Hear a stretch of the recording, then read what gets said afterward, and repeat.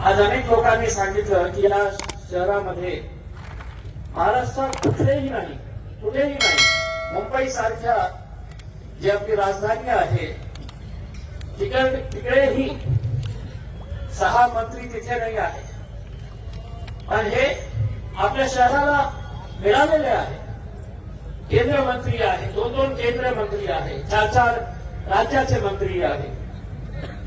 तरी सुद्धा अशी का आपल्यावर वेळ आलेली आहे की आपल्या हक्काचा आपल्या कष्टाच्या पैशासाठी आपल्यावर इतका उन्हामध्ये आपल्याला तासन-तास बसावं लागत आहे. आणि कोण बसलेले आहे?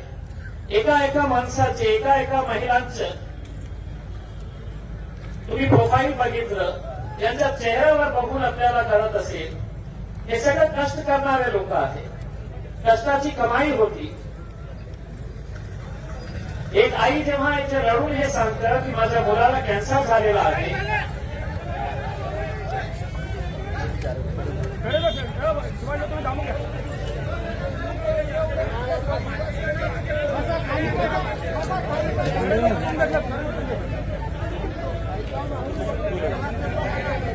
चला ठीक है मैडम भाई चलो.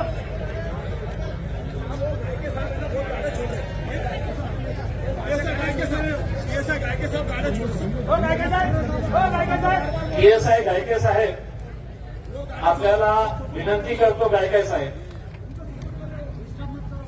कृपा करून हे लोक कोणी मौज मस्ती करण्यासाठी बसलेले नाही आहे. आपल्याकडे पोलीस कमी असतील तर तुम्ही आपल्या पोलीस स्टेशन मध्ये जाऊन बसा. आम्ही पोलिसांचा रोल अदा करतो इथे.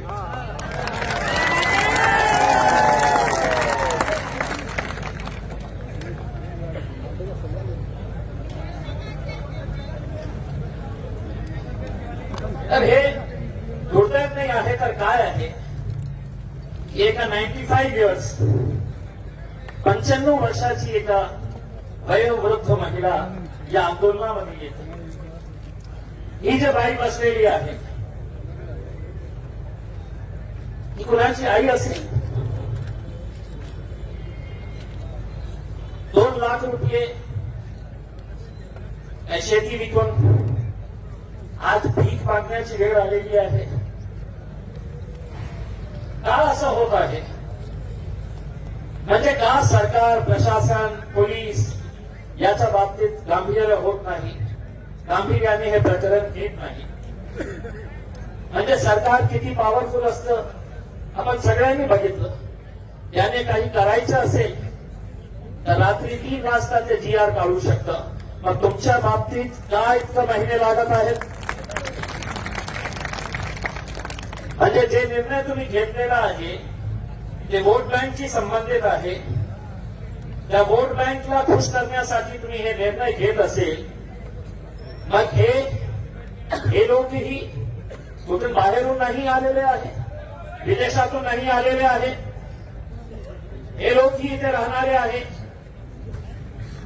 मग काय यांच्या बाबतीत अशी उदासीनता सरकार, प्रशासन, पोलीस दाखवत आहे? किती महिने आम्ही टाइम दिलेले आहे त्यांना. आज 9 पतसंस्था आणि बँक्स मिळून हे सगळं ठेवीदार जे आहे हे सगळ्यांचे नाव आहे. ज्ञानोबा, आदर्श, मलकापूर, देवयानी, यशस्वी, मलकापूर. म्हणजे जेव्हा तुमचा प्रेशर येतो, तुम्ही एक ताकदीने जेव्हा उभे राहतो, तर आदर्शचे सगळे चेअरमॅन सहित त्यांच्या परिवारातले डायरेक्टर्स, त्यांची बायको, त्यांची सून, हे सगळे आज कुठे आहे? हे सगळे आज हर्सूल जेलमध्ये आहे. कुणाच्यामुळे? तुमच्यामुळे, तुमच्या ताकदीमुळे. मग हे नियम आदर्शसाठी लागू आहे, तर हेच नियम मलकापूरसाठी का नाही लागू आहे? का त्यांचे डायरेक्टर्सना अरेस्ट करण्यात येत नाही?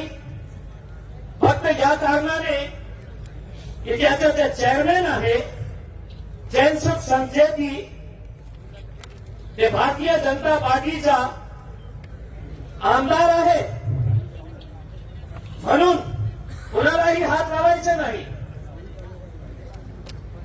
मग दुसरी पतसंस्था, आता आपल्याला एक उदाहरण देतो.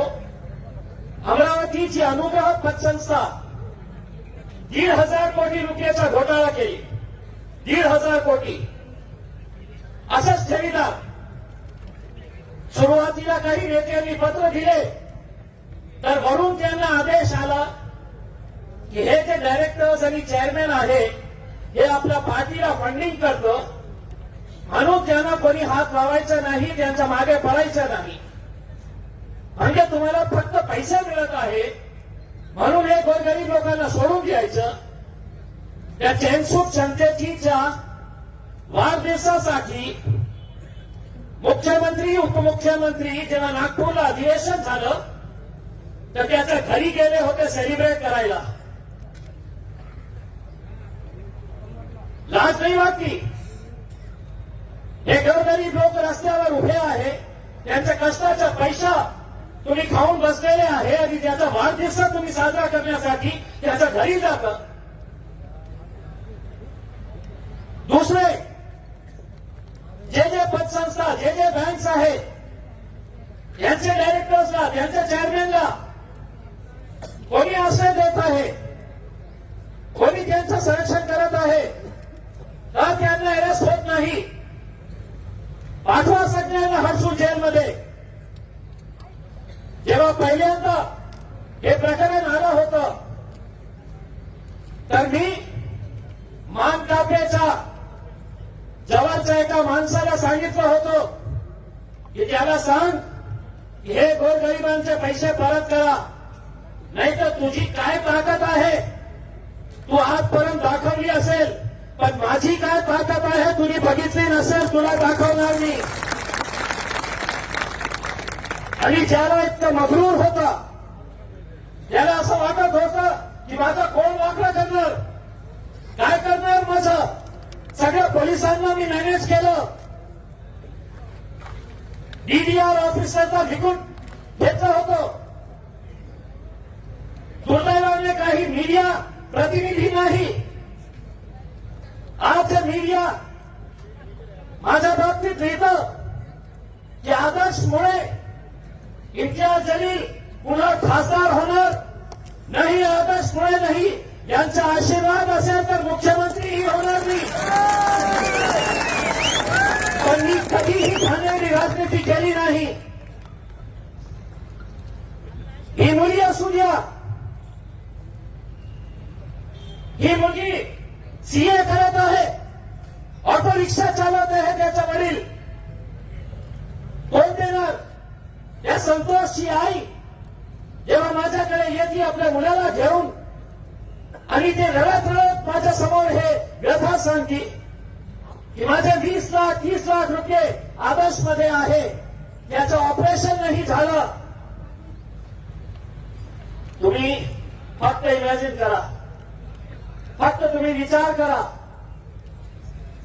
एका आईच्या समोर त्याचा मुलगा, त्याचं ऑपरेशन होण्याची खूप आवश्यकता आहे, गरज आहे, नाही केलं ऑपरेशन 4.5 लाख रुपये लागतील.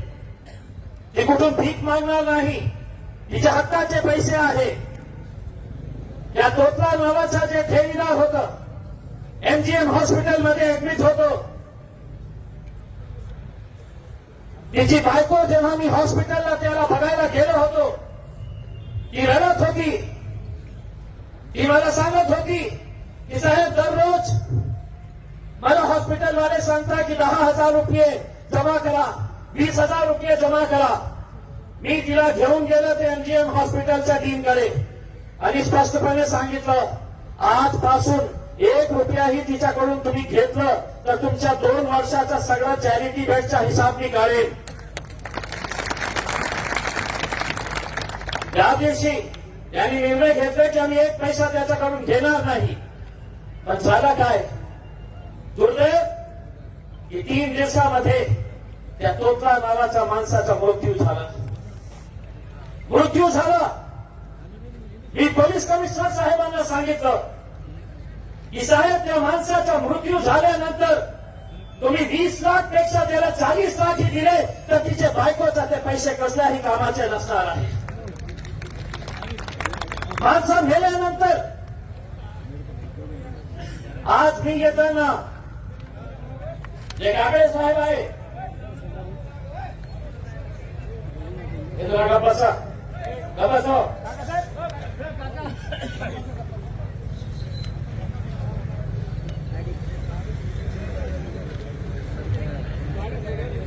आठवा त्याला मला तिथे उभे राहा ना काही व्हॉलंटियर्स दिसतं नाही का आपल्याला याचं गाडी घेऊन येतो बरोबर तिथे उभे राहा.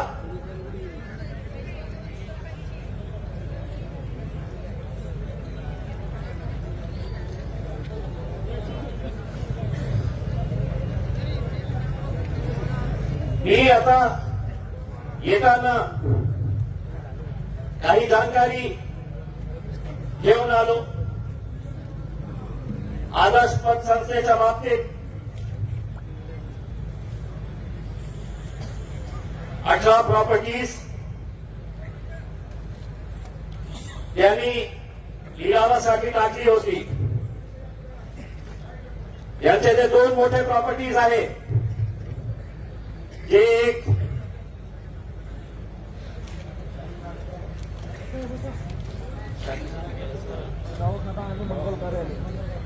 मंगल कार्यालय आणि एक अस्पताल मोठी प्रॉपर्टीज आहे. त्यांचं काही 8-8.5 कोटी रुपयाचा भाव येणार आहे. त्यांनी जे निश्चय केलेला आहे ते रेट प्रमाणे. आता एकदा त्याचा लिलाव करण्यात आला, कोणी आले नाही. दुसऱ्यांदा करण्यात आला, कोणी आले नाही. आता तिसऱ्यांदा जेव्हा हे करण्यात आलेला आहे आदर्शच्या बाबतीत त्याच्या 2 प्रॉपर्टीज ज्या आहे, एक शिवनाची प्रॉपर्टी आहे आणि सिल्लोडची 2 गाडे आहे. हे दोघं प्रॉपर्टीज मिळून 1 कोटी रुपये आलेले आहेत त्यांच्याकडे. मग मी त्यांना विचारलं की तुम्ही रिकव्हरी किती केली आतापर्यंत, या 9-10 महिन्यामध्ये तुम्ही रिकव्हरी किती केली. तर कमीत कमी त्यांचं म्हणणं होतं की 1.5 कोटी आम्ही केली होती, पण सगळं खर्च करून आमच्याकडे 1 कोटी रुपये आहे. याचा अर्थ हे आहे की 2 कोटी रुपये त्यांच्याकडे आलेले आहे. आता जे 2 मोठी प्रॉपर्टीज आहे ते मंगल कार्यालय आणि हॉस्पिटल, ते 3दा त्याचं ऑप्शन करूनही कोणी आले नाही. आता नियमाप्रमाणे कोणताही ऑप्शन करायचं असेल तर 3 टेंडर्स येणं बंधनकारक असतं. 3 लोकांनी आपला इंटरेस्ट दाखवायला पाहिजे, ते टेंडर भरायला पाहिजे, ते नियम आहे. आता 3 वेळा जेव्हा कोणताही प्रतिसाद मिळालेला नाही, आता पुन्हा ते प्रॉपर्टी टाकण्यात आलेली आहे आणि आता एका माणसानेही एकही टेंडर आला तर ते त्याला देण्यात येईल. म्हणजे 8-9 कोटी रुपये जे मंगल कार्यालय आणि हॉस्पिटल कडून आणि समजा तेही नाही आले तर आम्ही आज विभागीय आयुक्त साहेबांना हे सांगणार आहे, हे 2 प्रॉपर्टीज तुम्ही सरकार क्षेत्राला सांगा, आदेश द्या की तुमच्या नावाने ट्रान्सफर करा आणि ते पैसे यांना परत द्या. आणि जे 18 प्रॉपर्टीज ऑप्शनसाठी टाकण्यात आले होते याच्यापैकी 2 प्रॉपर्टीज शिवना आणि सिल्लोडचे गेलेले आहे. 1 कोटी रुपये त्याच्यातून आलेला आहे आणि बाकी 16 प्रॉपर्टीज जे आहे त्याच्यासाठी एक्सटेन्शन देण्यात आलेला आहे 8 फेब्रुवारीपर्यंत. 8 फेब्रुवारीपर्यंत त्याच्या उरलेली जे प्रॉपर्टीज आहे 16 प्रॉपर्टीज, त्या प्रॉपर्टीज 8 तारखेपर्यंत कोणीही ऑप्शनमध्ये भाग घेऊ शकतं. अजंताचेही काही लोक आलेले आहेत,